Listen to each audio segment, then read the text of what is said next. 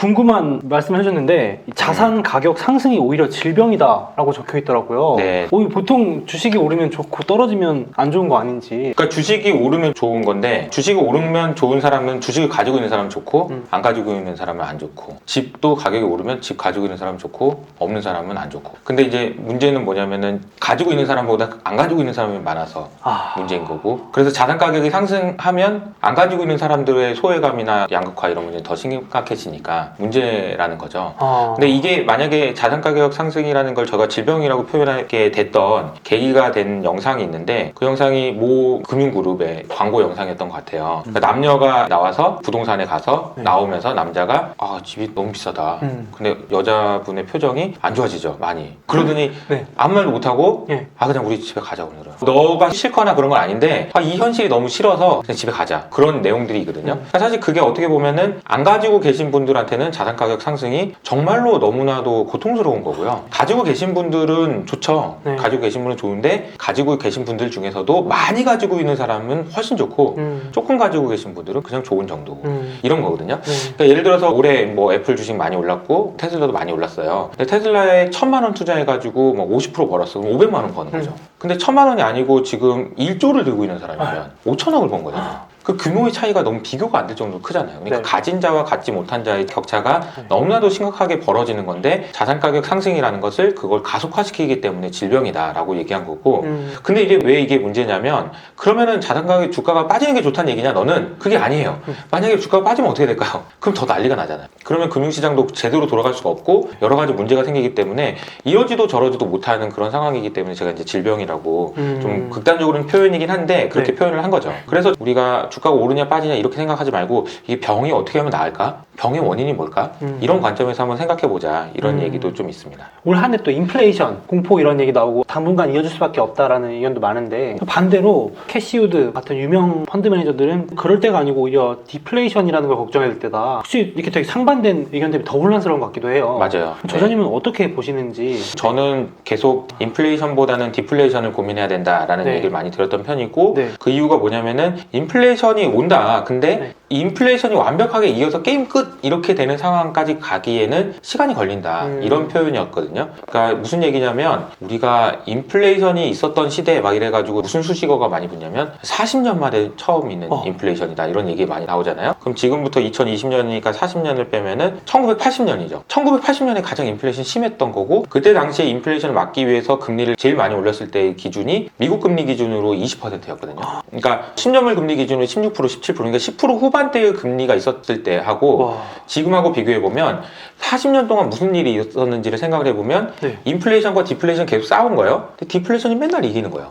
한번 싸우면 얘가 한번 이겨. 얘가 이기는 듯 하다가 얘가 이겨. 얘가 이기는 듯 하다가 얘가 이겨. 계속 반복됐던 거죠. 그런 게 이제 그림으로 그려보면 금리를 우리가 인플레이션, 경기가 좋아. 그럼 금리 올리죠. 경기가 안 좋아. 디플레이션. 그럼 금리 내려야죠. 그러면 이렇게 될 것처럼 보이잖아요. 근데 그게 아니고 이렇게 됐던 거예요. 살짝 오르다가 크게 내리고. 그쵸. 인플레이션 이기는 듯 하다가 아이고 디플레이가 이겼네. 인플레이션 이기는 듯 하다가 디플레이션이 이게 40년 동안 누적됐다는 거죠. 그러면 40년 동안 누적돼 있는 디플레이션 압력이 있다는 거예요. 그러니까 이제 이거를 뚫고 인플레이션은 올라가려면 이게 만만치가 않다. 그래서 지금 우리가 얘기하고 있는 여러 가지 이유들이 있죠. 인플레이션이 올 수 있는 이유도 정말 많아요. 예를 들자면 공급망 이슈 있잖아요. 이거 지금 문제죠. 미국과 중국이 싸워서 난 너무 못 믿겠고 너도 나 못 믿냐? 그러면 딴 데다 짓자. 그럼 공장 막 짓고 하면은 인플레이션 오죠. 그리고 그린플레이션이라고 해서 ESG 관련된 투자 안 하니까 유가 오르죠. 그 천연가스 가격 오르죠. 이거는 다 인플레이션 요인입니다. 앞으로도 계속될 것 같고 사실 이제 제가 최근에 이제 주목하고 있는 거는 임금 인상에 따른 인플레이션인데 임금 인상에 따른 인플레이션은 지난 12월 FOMC 회의 때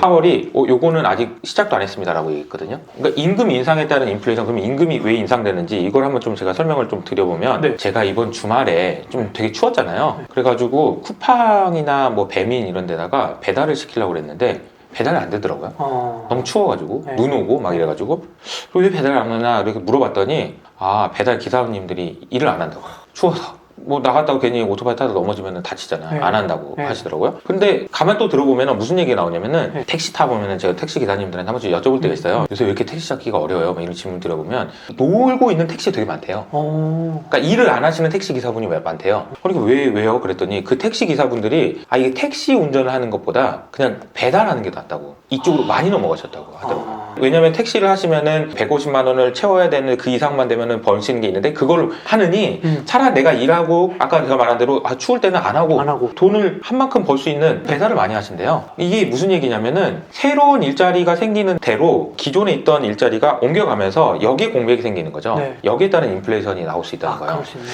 그러니까 이게 얼마 전에 구글 전체 임원회의의 안건 중에 하나가 큰일 났다. 이거 좀 모여서 회의 좀 하자. 왜요? 무슨 얘기예요? 그러니까 우리 좋은 개발자들이 전부 다 크립토 쪽 회사로 옮기고 있는데 네. 이거 막으려면 지금 임금 올려야 될 것 같은데 어떻게 할까? 이거 회의한다는 거야. 임원회의에서. 구글에서 나가는군요. 구글에서도 구글처럼 좋은 회사에서도 애플에서도 얼마 전에 어제 나왔죠. 네. 페이스북으로 그만 좀 가. 그러면서 내가 주식 더 줄게. 이러고 있잖아요. 그러니까 지금 보면은 이게 어떤 현상이냐면 기존에 있던 산업에서 있는 그런 일자리에서는 임금이 올라가기가 어려운데 아이러니하게도 새로운 일자리가 생기면서 여기로 인력이 이동하면서 여기 임금 인상이 후행적으로 따라오는 그런 일들이 아마 있지 않을까. 생각해보면은 택시 가격도 올라갈 수 있지 않을까요? 이런 식으로 되면은. 그러네요. 그런 식의 연결고리가 되면은 임금이 올라가게 되고 그러면 또 이제 인플레이션 요인이죠. 근데 말씀해주신 거 보니까 신재생 에너지랑 비슷한 것 같아요. 그린플레이션이라고 한 것도 맞아요. 신재생에는 투자하느라고 기존 화석연료에 안 하다 보니까 유가나 천연가스가 그렇죠. 급등했다고 하셨잖아요. 그렇죠, 일자리도 그렇죠. 비슷한 현상이 나오고 있는 거예요. 맞아요. 일자리, 그린플레이션, 인플레이션 얘기가 있는 거고요. 그러니까 내년에도 사실은 보면은 당장 연준이 뭘 하든 안 하든 그것과 관계없이 인플레이셔너리한 환경은 분명히 있습니다. 근데 아까 제가 말씀드린 이렇게 됐다가 계속 했던 것처럼 아마 이게 계속 지속되기는 저는 쉽지 않다라고 생각하는 이유가 여전히 디플레이션 압력도 많아요. 그러니까 예를 들자면 미국을 제외한 다른 나라에서는 경제가 내년에 과연 좋을 수 있을까?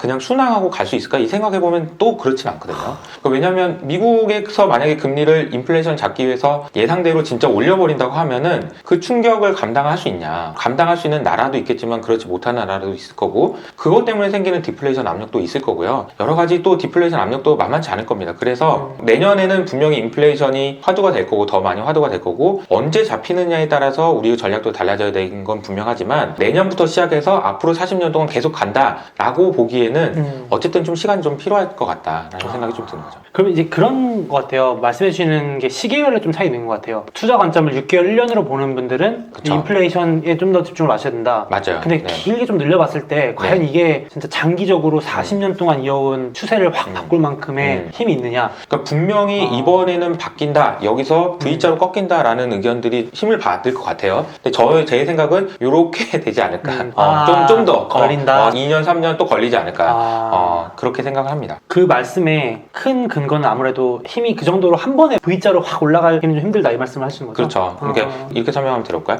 40년 동안 이렇게 저금리, 저성장 이게 됐던 이유가 뭘까요? 이것도 한번 생각해 볼 필요가 있어요. 왜 저성장이라고 하고 저금리라고 할까? 그러니까 IMF 시대에 막 이럴 때 뉴스 신문 기사 찾아보면은 그때 우리나라에서도 막 와 역대급 저금리다라고 하면서 그러니까 뉴스 기사를 제가 보면서 깜짝 놀랐던 게 세상에 금리가 10%가 안 돼. 한 자릿수 금리야. 막 이러면서 저금리라고 막 했던 적이 있거든요. 그때는 근데 그만큼 저금리가 계속됐단 말이에요. 왜 누적된 저성장과 저금리는 왜 되는 건가? 이거는 그냥 제 생각에는 그냥 자연의 섭리인 것 같아요. 어쩔 수 없다. 왜냐면 사람도 어렸을 땐 빨리 크지만 맞아요. 크고 나서는 안 크잖아요. 네. 경제도 경제 규모가 이렇게 커졌는데 처음에 이만했을 때는 이만큼 커지면 10% 성장하고 이렇게 되지만 이미 이렇게 큰 상태에서 10% 성장하는 게 쉽냐는 거죠. 맞죠. 당연히 저성장이 맞는 거예요. 그러니까 저성장이니까 인플레이셔너리하지 않은 거죠. 성장이 이렇게 많이 나오지 않는데 어떻게 인플레이션이 계속되냐는 거죠. 그러니까 완전 새로운 뭔가가 일어나고 막 그러지 않는 이상 기존의 경제 체계에서 이렇게 커진 경제가 또 10% 커져? 이거는 쉽지 않은 거죠. 쉽지 않죠. 그러니까 우리가 과거에 코로나 때문에 이렇게 꺼졌으니까 이게 급성장하는 것처럼 보이고 올해 미국의 성장률이 막 6% 7% 나온 거면 와 그렇지만 사실 과연 내년에 정상적으로 돌아왔을 때 그때도 6% 7%, 그 다음에도 6% 7%, 또 또 성장? 그거 어떻게 그게 가능하지? 이런 생각이 드는 거죠. 그러면 이제 디플레이션이라는 상황을 가정한다고 했을 때는 투자를 어디 하는 게 좋을까요? 제가 이제 디플레이션에 대해 강조해서 말씀드리고 했던 부분에서 저희 전망이나 이런 부분을 바꿔서 말씀드리는 게 뭐냐면은 네. 인플레이션이 굉장히 심하게 올 수 있는 그런 배경은 충분히 있다. 근데 디플레이션을 말씀드리는 이유는 뭐냐? 이걸로 끝나지 않는다는 거예요. 그럼 이걸로 끝나면 연준이 우리가 생각하는 것보다 훨씬 더 호기시해서 금리를 올릴 텐데 그러진 않을 것 같다는 얘기를 하는 거죠. 그러진 않을 것 같다. 그러니까 저희의 투자 환경이 내년에도 울퉁불퉁하고 여러 가지 불편한 점은 있겠지만 투자 환경이 깨지진 않을 것 같다. 그런 결론을 만들기 위해서 제가 이제 말씀을 드린 거예요. 우리가 고민해야 될 것은 뭐냐면 연준이 금리를 올릴 수 있습니다. 내년에도. 근데 시장이 부러져 버릴 정도로 연준이 세게 이렇게는 안 할 거라는 거죠. 그 전망을 하기 위해서 필요한 게 디플레이션 압력인 거죠. 왜냐면 얘가 잘 버텨주지 않으면 와르르 무너져서 인플레가 쭉 와버린다. 그러면 연준도 어쩔 수 없잖아. 그러면은 어차피 우리가 예상하지 않는 그런 시나리오가 돼서 연준도 우리가 생각했던 것보다 훨씬 빨리 뭐 내년이라도 당장 2% 금리 올리고 막 이런 일이 생기면 문제가 생길 수 있죠. 그러면 두 가지 관점에서 문제가 생기는 것 같아요. 연준이 만약에 내년에 막 금리를 올려가지고 막 1%, 2%까지 올렸어. 그럼 무슨 문제가 생길까요? 첫 번째는 금리를 너무 빨리 올려가지고 금리 인상에 따른 이자 부담을 감당하지 못하는 기업들이 망하는 케이스 때문에 생길 거고 또 하나 진짜 근본적인 문제는 더 이상은 못 올릴 텐데 이게 문제일 수 있어요. 연준이 지금 금리를 올린다고 한들 아까 제가 말씀드린 대로 계속 낮아졌기 때문에 고점은 계속 낮아질 것 같아서 이번에도 올려봤자 2%밖에 안 될 것 같은데 2%에 근접할수록 사람들은 그때도 만약에 인플레이션이 안 잡히면 진짜 걱정하겠죠. 2%까지 다 올렸는데도 안 잡혀. 그럼 진짜 걱정하겠죠. 그러면 진짜 심각하게 고민해봐야 되는 그런 상황도 올 수 있을 것 같아요. 그러니까 저도 이제 투자를 해야 됩니다. 이런 얘기를 되게 많이 했었잖아요. 근데 과연 어떤 시나리오에서 어떤 과정을 통해서 끝나게 될까 그런 생각을 해보면 저희 전망과 달리 인플레이션이 진짜 안 잡히는 거예요. 연준이 이렇게 해도 안 잡혀. 근데 금리를 올리면 올릴수록 사람들은 조급해질 거예요. 올릴 수 있는 룸이 별로 없는데? 저 어차피 할 수 있는 거 별로 없는데 그래도 안 잡히면 어떡하냐? 이런 고민들이 만약에 시장에 반영되면 생각보다 조금 어려움이 커질 수 있다. 라는 생각은 염두해 놓으실 필요가 있겠다. 네. 그럼 제가 좀 이 비유가 맞는지 모르겠는데 아픈 환자가 누워있어요. 그 이제 진통제나 이런 걸 해서 몰핀 주사 맞고 투여해야 되는데 이제 치사량이 3번 이상 하면 되게 위험할 수 있는 거예요. 한 2번까지 썼는데 차도가 없으면 이제 그때는 그쵸. 걱정을 해야 되는 거잖아요. 큰일 났다. 준비해야죠. 준비해야죠. 그러면.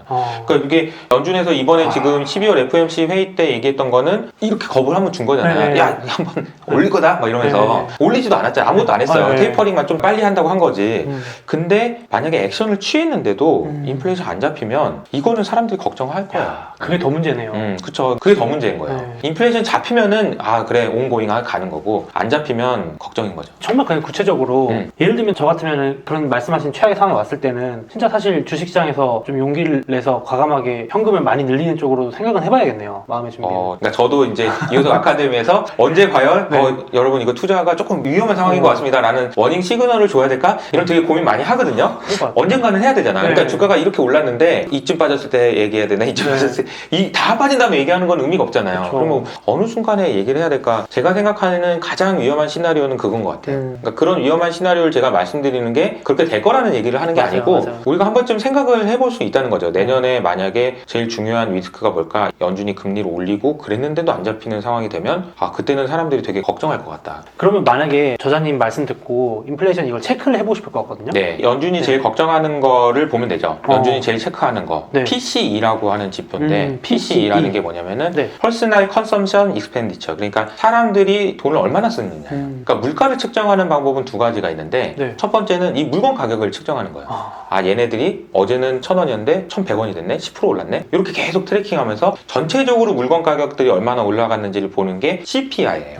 우리가 잘 알고 있는 CPI는 소비자들이 쓰는 물건의 가격들을 트래킹하면서 나오는 지표입니다. 근데 PCE라는 건 뭐냐면은 사람들이 생활하는데 돈을 얼마나 쓰냐예요. 그러니까 사람들이 생활하는데 돈을 얼마나 쓰는지를 체크하는 거죠. 연준도 PCE를 더 많이 보는 게 사실 결과적으로 왜 연준이 물가를 신경 쓸까요? 연준이 인플레이션을 잡으려고 노력하는 이유가 뭘까 생각해보면 사람들이 물건 가격이 너무 올라서 돈을 너무 많이 쓰고 살림살이가 너무 안 좋아진대. 이거 요거를 걱정하는 거거든요. 그러니까 물건 가격이 올라가는 것 자체는 그렇게 걱정할 필요가 없어요. 그러니까 사람들이 그냥 괜찮다는데 뭐. 근데 살림살이가 안 좋아지면 그러면 이제 걱정을 하는 거죠. 그래서 사람들이 돈을 얼마나 쓰는지를 꾸준히 체크하는 PC 지표라는 게 있는데 그 지표가 매월 말에 나옵니다. 이 지표가 상당히 중요하게 보시면 될 것 같아요. 그러니까 물가 급등을 그렇게 보는 이유가 결국은 이 PC라고 말하는 소비를 얼마나 하고 있는지를 보기 위한 수단이 되는 거네요. 그러니까 가만히 생각해보면 그렇잖아요. 물가 올라가는 게 왜 안 좋아? 그렇죠. 뭐 그냥 올라가면 뭐. 근데 사람들이 너무 물건 가격이 올라가서 먹고 살기가 힘들어졌어. 그래서 아우성이야. 막 힘들어. 막 이게 이제 문제인 거죠. 또 그거 말고도 지난 영상에서도 그렇게 말씀하셨는데 금리 인상 이 자체가 또 문제가 아니고 양극화로 인한 고리가 터지는 게 또 문제가 될 수 있다. 근데 요즘에 막 터키도 금리를 역으로 내리고 맞아요. 중국도 사실상 금리 내린 거 아닌가요? 맞아요. 네. 이런 것들이 또 보면 심상치 않다는 생각이 들었거든요. 네. 내년에는 상당히 좀 그 스트레스 지수라고 하나? 이런 게 되게 좀 커질 것 같아요. 전반적으로. 그러니까 미국의 금리를 올릴 때는 항상 생각지도 않았던 데서 문제가 생겨요. 이런 거죠. 엄마가 오시기 전에 뭔가 잘못해놓은 걸 많이 가지고 있어. 잘못이 많아. 근데 콩콩 숨겨놓고 있다가 말 안 하고 있었는데 엄마가 와서 이거 뭐야 이거 왜 이렇게 쏟았어? 뭐 이런 거 없나는 거. 이런 거랑 비슷한 거죠. 금리를 올린다는 그런 시그널이 온다는 거는 다시 말하면은 생각 안 하고 그냥 마음대로 놀고 있었던 뭐 터키 같은 나라가 대표일 거고 기업들 중에서도 방탕하게 그냥 뭐 그냥 하자 막 이러면서 했던 기업들은 더 힘들어지겠죠. 그러니까 그런 기업들이 언제 어디서 어떻게 문제가 나올지를 예상하기가 어려워요. 근데 그런 문제들이 충분히 생길 수 있는 환경이다 라는 거는 우리가 생각을 해야 되겠죠. 그러니까 우리가 뭐 투자를 할 때도 당연히 이런 거는 나올 수 있지 라고 생각하고 받아들이는 거랑 그렇지 않고 받아들이는 거랑은 또 다른 문제니까 항상 이번에 헝다 이슈도 그렇고 여러 가지 문제들이 나올 때마다 정부에서는 다 그걸 어떻게든 막아보려고 그리고 가능하면 디폴트가 나더라도 질서 있게 적당히 디폴트가 질서 있게 나온다는 것도 되게 웃긴 얘기인데 질서 있는 디폴트라는 게 뭘까요? 그냥 결국은 헝다에서 빌린 돈을 못 갚는다는 거잖아. 그럼 빌린 돈을 못 갚으면은 무슨 일이 생기고 빌려준 사람들이 짜증내가지고 여기 가가지고 막 폭동을 일으키고 막 때려 부수고 막 이러면 질서 없는 디폴트인 거고 질서 있는 디폴트는 뭐냐면은 잠깐만 돈을 못 갚는데 100만큼 빌렸는데 10만큼밖에 못 갚아 그러면은 줄을 서는 거죠 얘네들이. 그래? 그러면 내가 줄 설게 기다릴게. 이렇게 되면 이제 질서 있는 디폴트가 되는 거예요. 그럼 질서 있는 디폴트로 만들기 위해서 정부가 정책을 사고 세게 쥐었다가 놨다가 이렇게 하는 거지. 그러니까 이게 잘 되면 큰 문제 없이 나는 거고 이러다가 이제 여기 있는 사람들이 막 들고 일어나가지고 뭐냐 그러면서 이제 막 들고 일어나면 질서 없는 디폴트가 나오는 거고 이제 금융시장도 그럴 때마다 뉴욕타임즈 이런 데서 막 큰일 날 것처럼 이제 나겠죠. 그런 그 이벤트나 어떤 사건 사고들은 내년에도 많지 않을까요? 많을 것 같은데. 그 저자님 오랜 경험을 비춰봤을 때 이제 2021년은 예상되는 22년보다는 좀 그래도 조용했던 편인 것 같으세요? 그런 것 같아요 상대적으로. 올해 이제 무슨 일이 있었는지 큼직큼직한 사건들을 생각을 해보면 연초에 뭐 게임스탑 막 이런 일이 있어가지고 막 난리 난 적이 있었고 그리고 이제 뭐 터키나 뭐 중국의 뭐 헝다 부채 한도 이슈 이런 정도 외에는 그렇게 크지 않았던 것 같거든요. 근데 결국은 이제 그런 얘기가 나올 때마다 많은 그 약세론자라고 하시는 분들이 얘기하는 거는 뭐냐면은 거 봐라 이렇게 심각한 이렇게 골마 썩은 이런 문제가 있지 않냐 다 망한다니까 이렇게 얘기하시는 분이 많지만 저라고 그걸 모를까요? 다 알고 있어요. 썩었지. 헝다 보면은 말도 안 되는 거잖아요. 말도 안 되는 게 얼마나 많아요. 그러면 지금 생각해 보면은 아까 제가 질병이라고 표현했지만 지금 현재의 금융 시스템이 말이 되는 건가? 사실 생각해봐요. 그러면 극단적으로 이렇게 한번 질문 드려볼게요. 지금 연준이 자산이 계속 늘어나서 지금 거의 이제 9조 달러까지 왔는데 8조 달러 후반까지 왔는데 그러면 연준이 자산이 있다는 거는 그걸 채권을 들고 있다는 얘기고 그 채권을 들고 있다는 얘기는 반대로 연준이 누군가한테 돈을 찍어가지고 돈을 빌려줬다는 얘기고 대부분 미국 정부인데 그 원금을 돌려받을 수 있나요? 없지 않을까요? 그 돌려받을 수 없는 그 채권이 진짠가? 만약에 소목님한테 제가 1,000만 원 빌려줬어요. 근데 아무리 상황을 봐도 못 갚을 것 같아요. 원금을 못 받을 것 같아. 그럼 그 1,000만 원이 진짠가요? 사실상 아니잖아. 근데 이자를 줘. 이자도 뭐 거의 뭐 1년에 10,000원씩 줘. 그게 뭔가 싶긴 하지만 아니 그래도 어쨌든 이거는 그렇잖아요. 그럼 생각해보면은 지금의 경제 시스템이 그러면 문제가 없이 돌아가고 있는 건가요?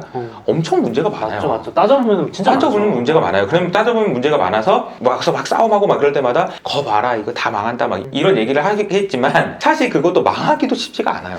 망하는 것도 쉽지가 않아요. 그럼 망하면은 이게 전부 다 없어져야 되는 거거든. 근데 그렇게 베팅하는 거는 저는 별로 좋은 방법은 아닌가요? 그래서 저는 항상 이런 위기가 나오고 할 때마다 과연 이게 언더 컨트롤한 상황이냐 컨트롤이 가능하냐 여부를 우리가 판단해보자. 그러니까 중국에 헝다 문제가 나왔어. 근데 헝다 문제가 줄을 서시오 하면 줄을 서고 질서 있게 할 수 있는 거냐 아니면은 웅쾅쾅쾅 막 이거 할 거냐 이런 문제를 생각을 해보는 게 좋지 않을까. 그래서 그 아예 시스템 자체가 붕괴되는 상황까지 이어질 건지 이 여부가 되게 중요한 것 같아요. 그러네요. 너무 좋은 팁인 게 앞으로도 그래도 똑같은 이슈로 떨어진다기보다는 우리에게 공포를 주는 뭔가 새로운 이슈가 나올 가능성이 높잖아요. 그쵸. 그럴 때 한번 저자님이랑 말씀해 주신 것처럼 야 이게 통제 가능한 위험인가 어느 정도까지 관리가 가능한가를 한번 또 생각해보고 공부해보면 그쵸. 투자 판단하는 데 도움이 많이 되겠네요. 냉정하게 얘기해서 지금 현재 이게 문제가 있다는 건 다 알아요. 그렇죠. 말이 안 되는 건 다 알지만 그래도 그냥 가는 이유는 그래도 어떻게든 통제 가능하겠지라고 생각하고 가는 거죠. 근데 그러다가 어느 순간에는 뭐 안 된다는 상황이 제가 죽기 전에는 오겠죠. 근데 이제 언제 올지는 알 수가 없으니까. 사실 그게 불안하면 투자할 수 말로 없죠. 네 그냥 어디 장독대 뒤에다가 돈 묻어내야 되니까. 그럼 이제 또 저자님께서 이런 와중에도 70년대 전 이게 궁금해요. 매번 말론 많이 듣는데 니프티 피프티 장세라고 네. 가는 놈만 더 가는 장세다 비교를 한번 해주셨는데 요거는 아까 80년대부터 이렇게 내려왔던 거 생각하면 그 전에 80년 전이잖아요. 그러면 80년 전에는 어떤 일이 있었냐면 이때는 인플레이션 없는 시대였어요. 70년대 초반에는 인플레이션이 없어가지고 유가가 그냥 그때는 3불이었어요.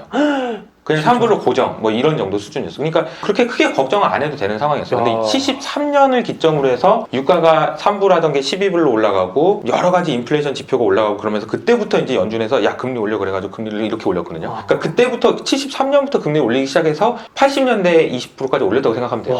그러니까 이때 무슨 일이 일어났겠어요? 난리가 나지 않았겠어요? 네. 70년대에 있었던 그 인플레이션 막기 위한 연준의 행동이 얼마나 무서웠는지는 니프티 피프티가 얼마나 망가졌는지를 보면 돼요. 그러니까 니프티 피프티라는 거는 이때 이거 시작하기 전에 마지막에 정말 화려한 불꽃을 불태웠던 그런 주식들입니다. 그래서 그 주식들의 별명이 있는데 그 별명이 기관 투자자들의 애인이었다. 주식을 사랑한 거지. 그리고 한 번 사면 절대 팔지 않는 주식이다. 그래서 그때 뭐 코카콜라, 디즈니 뭐 이런 회사들이 다 거기 들어가 있었어요. 그러니까 굉장히 안정적인 야 미국이 망하겠냐? 계속 가는 거지. 막 PER 100배 막 이렇게 안정적인 그런 거라고 해가지고 금리도 낮으니까 돈은 많이 풀려 있고 그러니까 주가가 엄청 많이 올랐죠. 소수의 몇 개의 종목만 정말 말도 안 되게 오른 악소리 나게 오른 장세가 니프티 피프티 장세예요. 그게 1969년부터 73년까지 있습니다. 그리고 73년부터 유가가 올라가고 금리가 올라가고 하면서 얘네들이 주가가 많이 빠졌는데 많이 빠진 이후로 정상적인 밸류에이션 회복하는데 한 20년 걸렸다고 하거든요.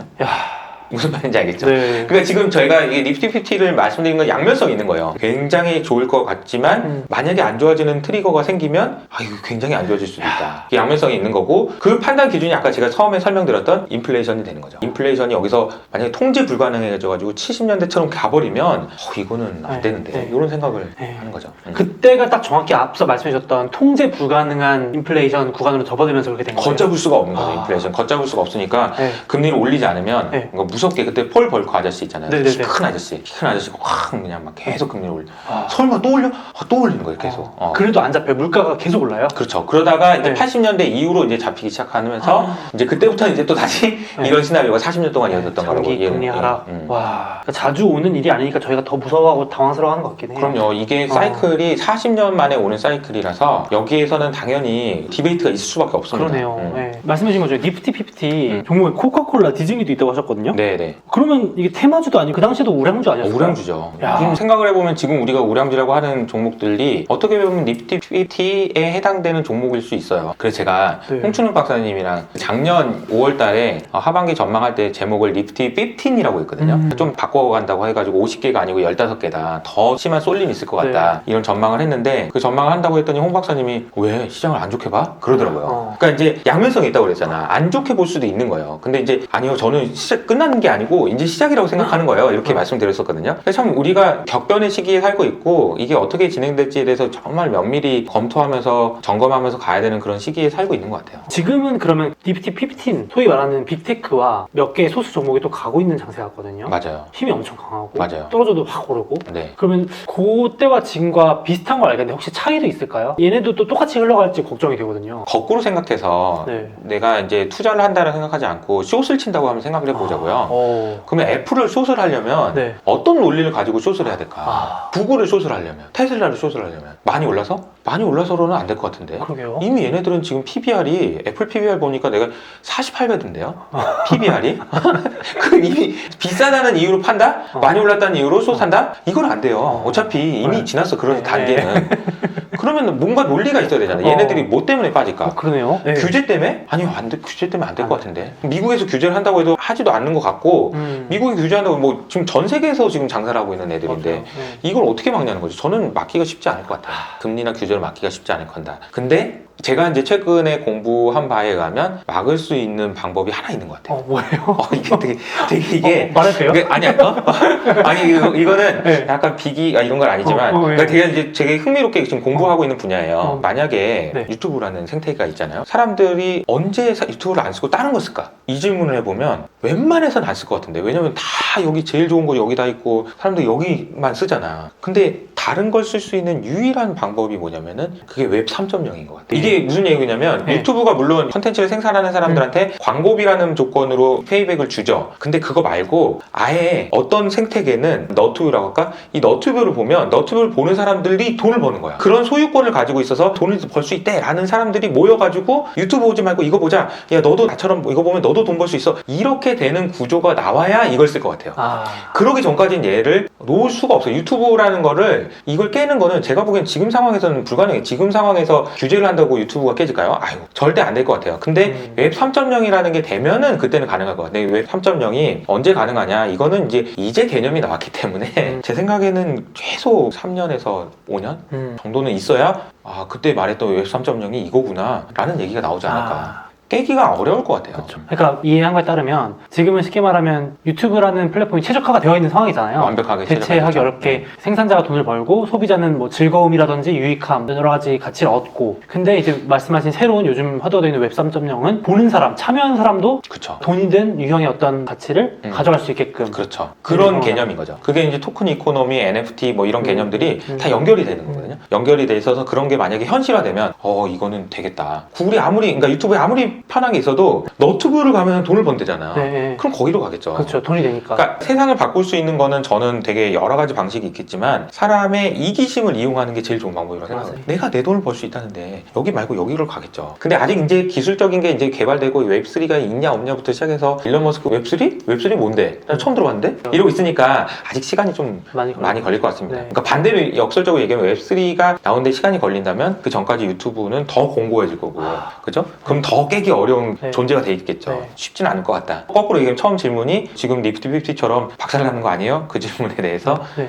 이거 반대로 생각해보면 깨지기도 쉽지 않을 것 같은데요. 말씀해주신 대로 어떤 외부 변수보다는 새로운 강자가 나타나서 접으는 그 확률이 더 높겠네요. 그렇죠. 그러니까 더 새로운 게, 더 좋은 게 나와야지 없어지는 거지. 네. 그 전까지는 그냥 사람들은 안 바꾸죠. 저자님이 지금 금리라든지 다양한 변수들도 얘기해 주셨는데 저는 또 지정학적 갈등 이슈 이게 22년 계속 나올 것 같다는 생각도 들거든요. 조심스럽게. 네네. 저자님 생각 어떠신지 궁금합니다. 지정학 리스크는 뭐 예상하기도 어렵고 아까 제가 금리를 올리면은 어딘지 모르게 이상한 일들이 생긴다. 네. 그렇게 말씀드렸던 것처럼 금리 올리는 거랑 우크라이나랑 러시아랑 싸우는 건 뭔 상관이야? 상관없죠. 근데 팍팍해지니까 그런 거예요. 팍팍해지니까 결과적으로는 먹고 살기 힘들어지고 막 다 금리 내리고 막 다 같이 막 풀고 돈 풀고 할 때는 뭐 잊고 살고 있다가도 뭐 금리 올린다고 하고 막 돈이 막 빠질 것 같고 막 이러면 나도 먹고 살아야 되는데 이러면서 이제 싸움이 일어나고 막 다툼이 일어나고 그걸 우리가 지정한 리스크라고 저는 이제 표현한다고 생각하는데 근데 그 근저에 깔려 있는 건 또 미중 갈등이 또 있잖아요. 그러니까 둘이 지금 화해하는 척 할 수는 있어도 싸움을 끝내지는 않을 거예요. 싸움이 완전히 끝나기 맞아요. 전까지는. 네. 그렇기 때문에 당연히 내년에도 그런 관련된 일들은 일어날 수 있을 것 같고요. 당장 내년에 동계올림픽부터 시작해서 네. 미국에서는 외교적으로는 안 간다고 얘기했고 그죠 이미? 그러니까 그런 상황들을 보면은 지정학 리스크는 변수가 아니고 상수로 놓고 내년은 가야 되지 않을까. 항상 존재하는 잠재적 위험이다. 그쵸, 잠재적 위험이기 때문에 그러면 지정학 리스크가 나왔을 때 우리가 그때 가서 호들갑을 떨고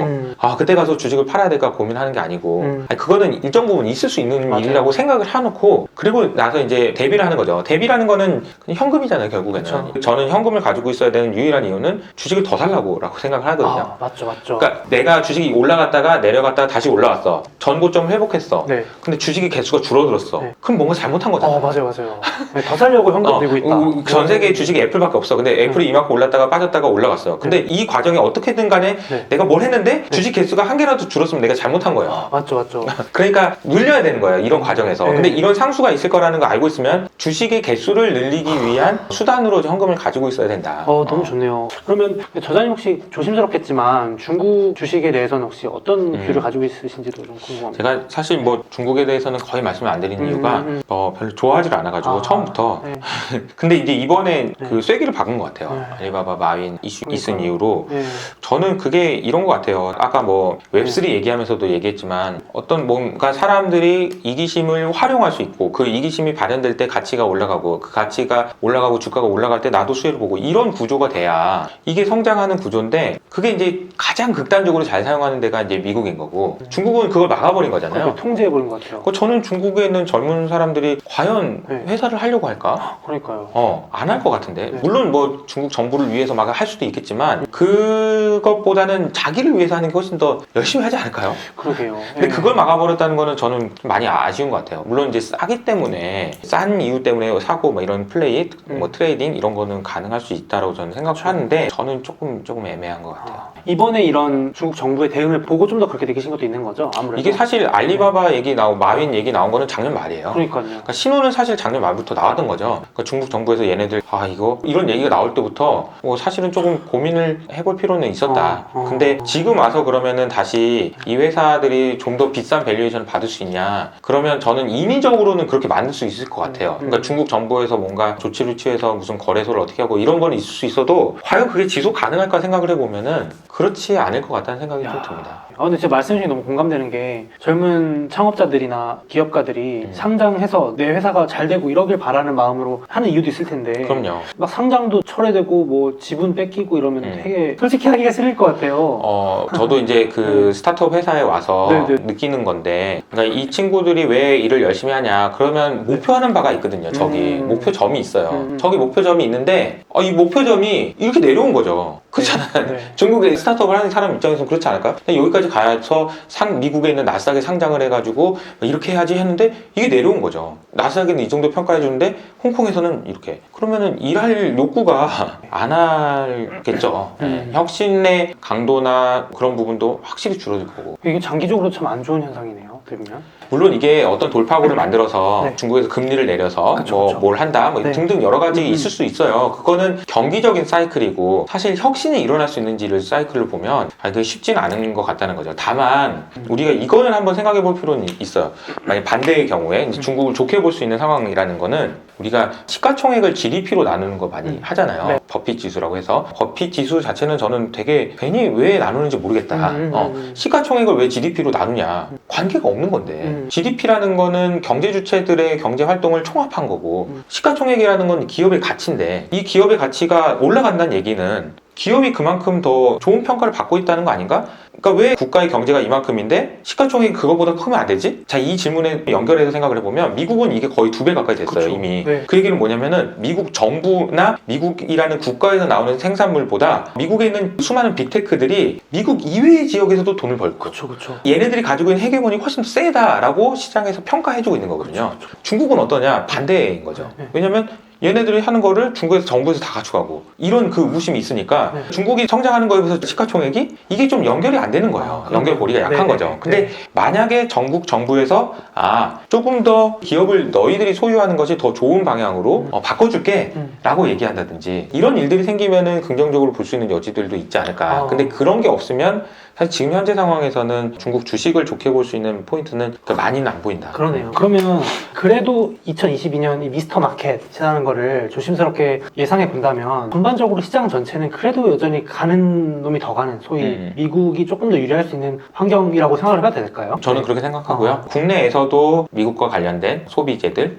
그런 쪽이 훨씬 더 좋지 않을까. 그리고 중국에 물건 파는 기업보다는 예를 들면 미국에 좀 더 연관이 있는 기업. 그렇죠. 근데 이제 뭐 단기적으로 플레이를 한다면 중국에서 경기를 부양하면서 금리를 낮추면서 거기에 수혜를 보는 기업들이 올라갈 수는 있을 것 같아요. 그러니까 트레이딩을 할 수 있을 것 같아요. 그러니까 이제 저는 뭐 트레이딩을 하는 거는 얼마든지 자유지만 제가 좋아하는 방식은 아니어가지고 가능은 하다. 근데 저는 계속 구조적인 그런 부분들을 많이 생각을 많이 하기 때문에 제가 구조적이라고 생각하는 거는 계속 이제 무형자산이에요. 무형자산. 이 무형자산이 이 시대에 어떤 의미가 있는지를 우리가 생각을 많이 해봐야 됩니다. 이 무형자산, 디지털 에셋, 데이터 이런 것들이 지금 거래될 수 있는 길이 열렸잖아. 그러니까요. NFT를 통해서 거래될 수가 있잖아요. 그러니까 이거는 엄청난 시장이 열린 거예요, 정말로. 거래가 될 수 있을 거라고 생각을 하면 이것의 가치는 얼마나 커질까 이런 생각은 해볼 필요가 있지 않나. 야. NFT라는 게 결국은 디지털 에셋에 대한 등기 같은 거다. 그래서 이거를 그냥 카피하는 게 중요한 게 아니고 이걸 네가 NFT를 찍으면 네가 마음껏 팔 수 있다 이런 개념이잖아요. 네. 마음껏 팔 수 있다라는 개념은 어떤 얘기가 되냐면 야 이게 이렇게 거래됐어? 그럼 이거 이 정도라고 평가할 수 있는 거네?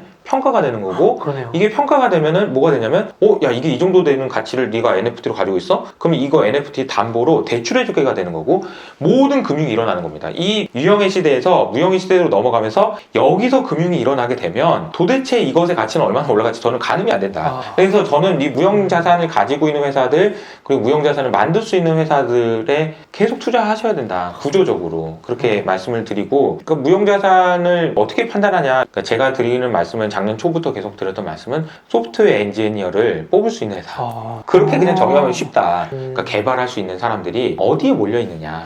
이거를 잘 생각을 해보셔야 된다. 최근에 이제 보면은 판교의 오피스의 임대료가 강남의 오피스 임대료를 넘어섰다는 얘기가 나오거든요. 왜 그럴까요? 여기 판교에 전부 다 개발자들이 담보했으니까. 판교에 있는 회사들이 다 개발자들이 만드는 회사들이고. 그러니까 이런 그 흐름이 내년이라고 해서 바뀔까? 저는 그렇지 않을 것 같아요. 근데 물론 금리가 어떻게 되는 과정에서 뭐 흔들림은 있겠죠. 근데 그 흔들림은 여러분들이 활용을 하셔야 되는 거지 무서워해야 되는 건 아니다. 야. 너무 좋은 말씀이네요. 아까 말씀드린 주식수를 늘리는 기회를 삼아야지 그걸 오히려 두려워할 게 아니다. 네. 사실 저는 먼저 말씀해 주셨는데 저자님이 무형자산이라는 단어를 진짜 강조 많이 해주셔가지고 네. 예전에 리포트에서도 맞아요. 네. 너무 뇌리에 박혀가지고 참 좋았어요. 이게 딱 단어로 잡히니까. 그쵸. 그러면 제가 한번 예를 들어볼게요. 디즈니라는 기업 있잖아요. 네네네.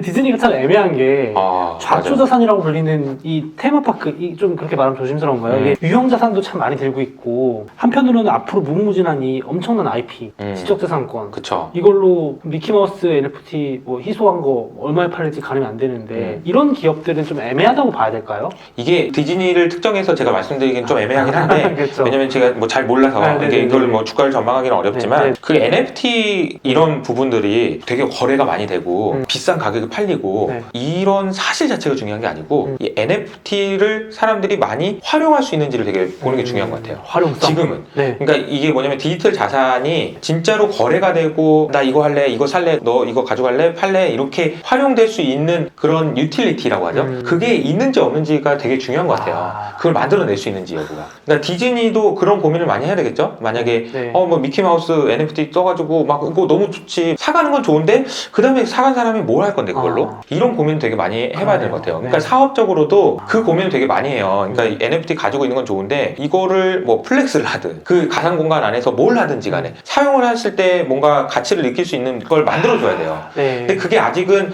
게임에서만 나오니까 게임에 되게 많이 주목을 하는 건데 저는 내년 내후년으로 갈수록 이게 게임뿐만 아니라 실제 생활에서도 이게 느낌이 올 수 있는 그런 것들이 많이 발견되지 않을까 그런 생각이 듭니다. 네. 지금 딱 생각나는 예가요. 프로필 사진으로서의 NFT 이게 또 유틸리티네요. 활용성. 그렇죠. 그래서 이거 사서 뭐 해라고 딱 질문 던져줬을 때 요즘은 또 이거 사서 나 프로필로 자랑할 거야. 그렇지. 그게 또 활용성의 한 부분이에요. 그렇죠.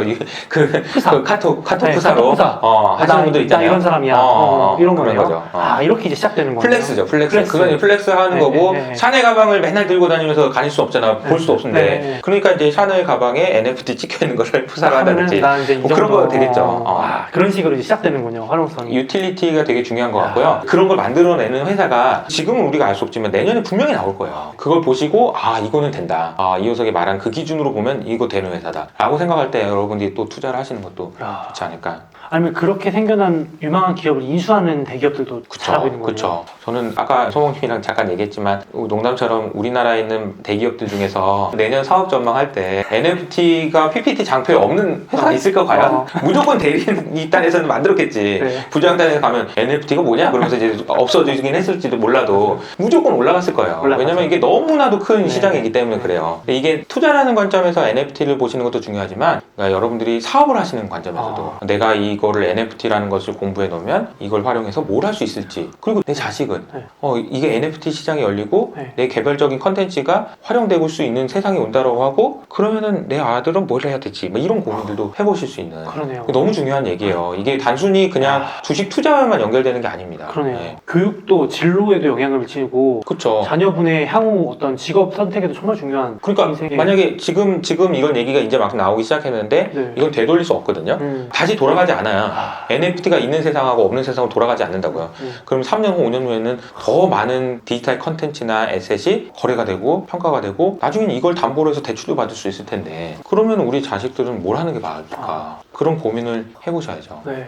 제가 정리해보자면은 저자님께서는 지난번에 한번 나와주셨지만 네. 역시 앞으로도 단기적 부침을 떠나서 구조적으로 성장할 수 있는 무형 자산을 많이 가지고 말씀해주신 디지털 자산들에 관심을 갖는 적극적으로 대응하는 기업들에 관심 가져보자. 이렇게 네. 정리해볼 수 있을까요? 네네네. 아니 저도 오늘 오랜만에 나왔는데 네. 제 생각도 딱 정리돼가지고 이걸 저도 네. 다시 따로 한번 돌려봐야 되겠다. 이런 네. 생각이 해가지고 듭니다. 저기 이호석 네. 아카데미 네네네. 유튜브 채널에도 한 번 더 정리해서 올려주시고 네네. 그렇게 하겠습니다. 네네. 그래서 오늘 저자님 모시고 또 새 책 나왔어요. 미스터마켓 2022 나와서 2022년 됐으니까 또 심기일전하셔가지고 이 책 보시고 올해 또 새로운 해에도 성과, 좋은 성과 내셨으면 좋겠고요. 같이 열공했으면 좋겠습니다. 오늘 나와주셔서 너무 감사합니다. 네, 새해 복 많이 받으시고요. 감사합니다.